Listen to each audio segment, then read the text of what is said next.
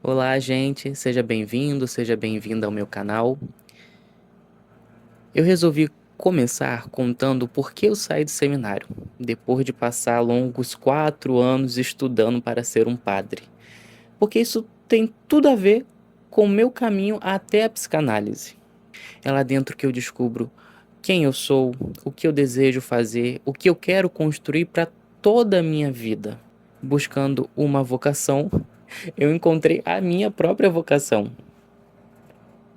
Olha, o meu processo vocacional ele começa lá em Niterói, na arquidiocese de lá, né?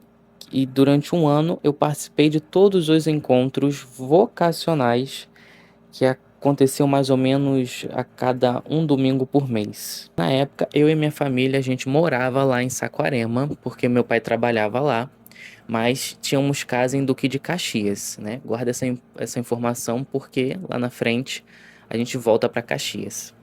Meus pais não aceitavam, tá? Eles toleravam, eles não falavam nada, mas dava para ver que eles não aceitavam muito bem esse fato de eu estar discernindo para entrar no seminário ou não. Eu sei que eu comecei a sentir dentro de mim uma inquietação muito grande, tá? É um negócio que eu não sei explicar, vocês não vão entender e fica por isso mesmo, mas saibam que era uma inquietação, alguma coisa que se mexia ali e eu conversava com os padres, eu conversava com alguns seminaristas já, e aí eles iam me indicando, falando, olha, talvez você esteja sendo chamado, né? Talvez tenham sinais, talvez tenha alguma coisa. Vai rezando em cima disso. Eu fui rezando, fui vendo sinais, conversando com o padre. E aí é o padre que te encaminha para o processo vocacional que acontece nos seminários. É mais ou menos assim o processo.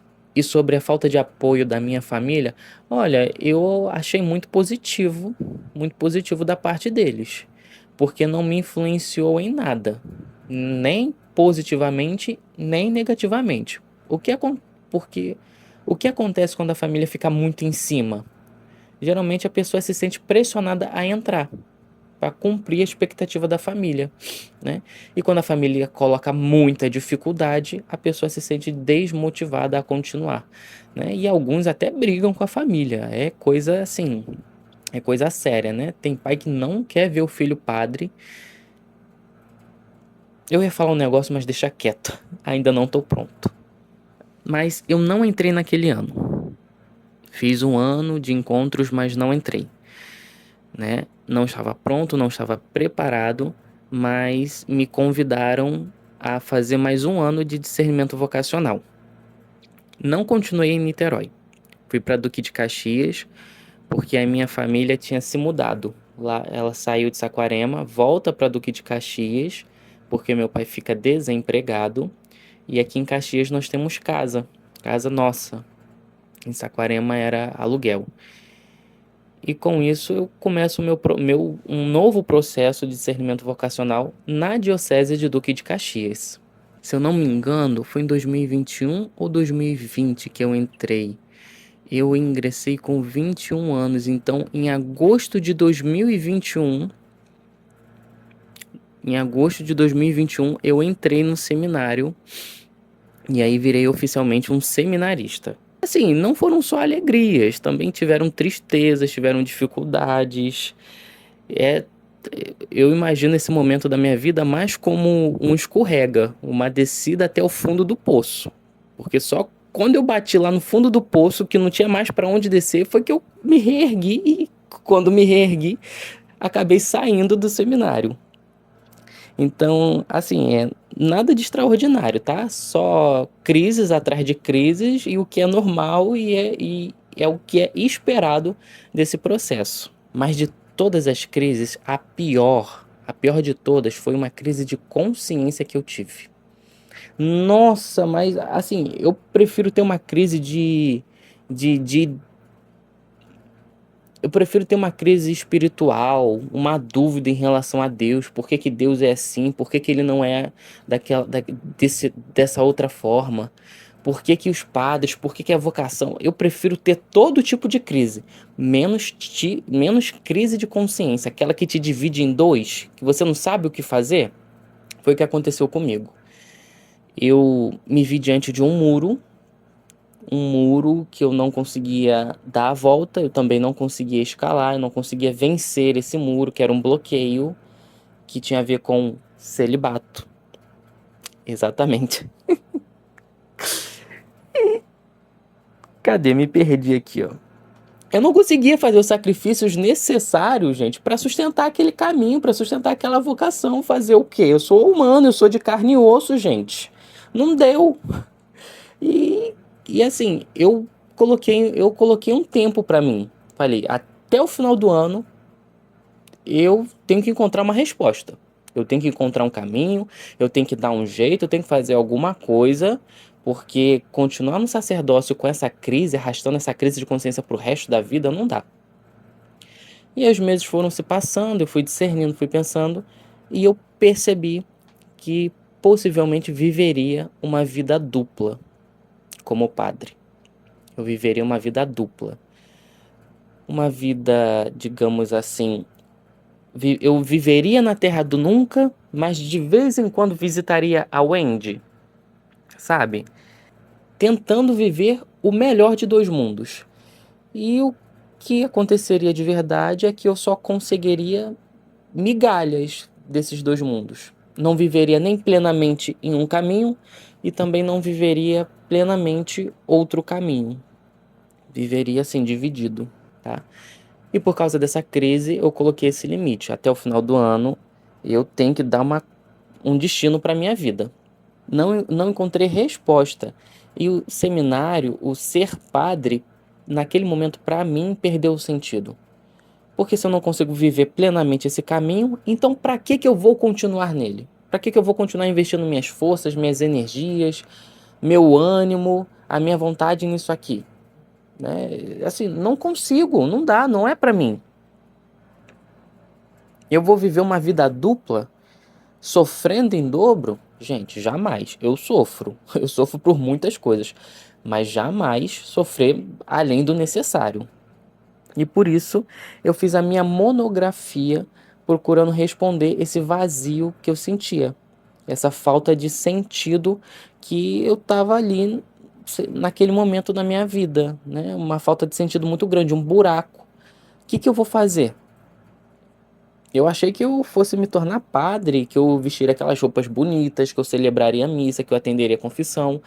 Mas o que que eu vou fazer daqui para frente? Eu não pensei em outra coisa, eu não tinha plano reserva, não tinha plano B. Eu não tinha uma faculdade. Estava terminando uma, que era o bacharelado em filosofia. Mas eu não tinha curso técnico, não tinha nada assim, nem emprego, carteira assinada, experiência, não tinha. E mesmo com todas essas dúvidas, eu continuei. Eu escrevi minha monografia sobre o vazio existencial em Viktor Frankl e descobri que é o vazio que torna uma casa útil. É o vazio de uma casa que possibilita você enchê-la de lembranças, móveis, encher ela com seus amigos, criar bons momentos, criar boas memórias. É só o vazio de uma casa que possibilita isso. E isso me deu um novo ânimo. E eu, além de conseguir olhar de uma nova maneira para o meu vazio interior, eu passei a enxergá-lo como uma oportunidade. Uma oportunidade de dar sentido, de dar direção para a minha vida. E essa resposta me animou. Com essa resposta, eu juntei as minhas malas, juntei os meus cacarecos, juntei meus panos de bunda e saí. Com a cara, a tapa pro mundo, né? Para descobrir o que eu teria que fazer. Né? Qual era o sentido da minha vida, qual era o meu propósito. Para descobrir isso, só saindo. E eu descobri lá dentro do seminário que eu era bom ouvindo pessoas. E que eu gostava disso, dessa parte de ouvir, de aconselhar, de sentar junto, de tentar entender, de fazer perguntas, de me preocupar com a pessoa que está ali, se ela está bem, se ela não está, Será que ela veio nesse sol quente para poder falar com o padre, para pedir algum conselho, alguma coisa? Eu tinha toda essa preocupação. E eu gostava muito. Tanto que eu saio do seminário decidido a cursar psicologia. Mas no meio do caminho eu descobri a psicanálise, e isso é assunto para outro vídeo, tá bom? Não vou contar aqui o porquê da minha escolha pela psicanálise, mas ainda vou cursar psicologia, tá? E eu gosto da psicanálise porque ela, mais do que respostas a oferecer, ela tem perguntas. Perguntas que te direcionam para a sua verdade, para as respostas que estão dentro de você e que você mesmo não tem acesso ou não tem coragem de assumi-las. E nos evangelhos, isso está muito conectado aos evangelhos. Por quê?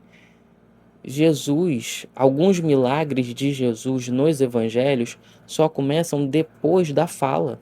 Tem que falar, a pessoa tem que pedir, ela tem que demonstrar, para que só depois disso Jesus vai lá e cura ou faz o milagre. Isso ensina o que pra gente? Que a cura começa pela fala. E a psicanálise é isso, né? Psicoanálise, análise da psique, da mente ou da alma. É a cura da alma através do quê? Da fala. Porque a sua alma, ela não tem boca. Ela não tem como falar, ela não tem como se expressar. Mas ela tem um jeito de falar, que é através do corpo, através dos sintomas, das repetições, dos seus mecanismos de defesa. Tudo isso é a sua alma falando, né? O que está muito conectado à forma de Jesus. Para mim, Jesus é o primeiro psicanalista. Ele é o primeiro psicanalista. Na passagem do evangelho da mulher adúltera, que leva uma mulher para ser apedrejada, e Jesus pergunta: quem de vós não tiver pecado, né, que atire a primeira pedra? E isso é psicanálise pura. Jesus não fez um tratado de moral, Jesus não fez um tratado sobre o bem e o mal, sobre o amor, não. Ele só fez uma pergunta, só fez uma provocação.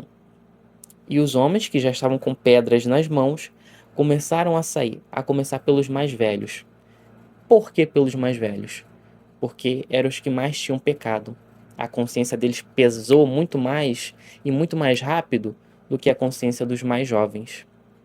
Então, por esse motivo, eu escolhi a psicanálise, porque ela é muito próxima do evangelho e é muito próxima daquilo que eu buscava dentro do seminário. É muito próxima daquilo que me realizava enquanto eu era um seminarista.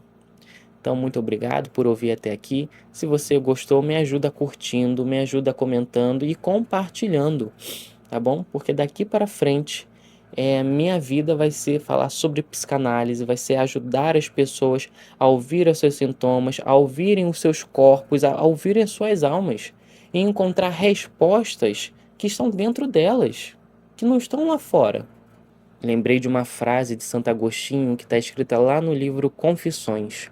Ele dizia assim: lançava-me disforme dada belo perante tudo e todos que criastes. Eis que estavas dentro e eu fora. As respostas que Agostinho tanto procurou já estavam dentro dele. Ele só precisava ouvir, ter ouvidos para ouvir, ter olhos para ver, né? Que tudo que ele buscava já estava ali pertinho dele. E eu acho que a psicanálise, ela ajuda muito, ajuda de verdade a gente a encontrar essas respostas que passamos a vida procurando fora, mas estão dentro.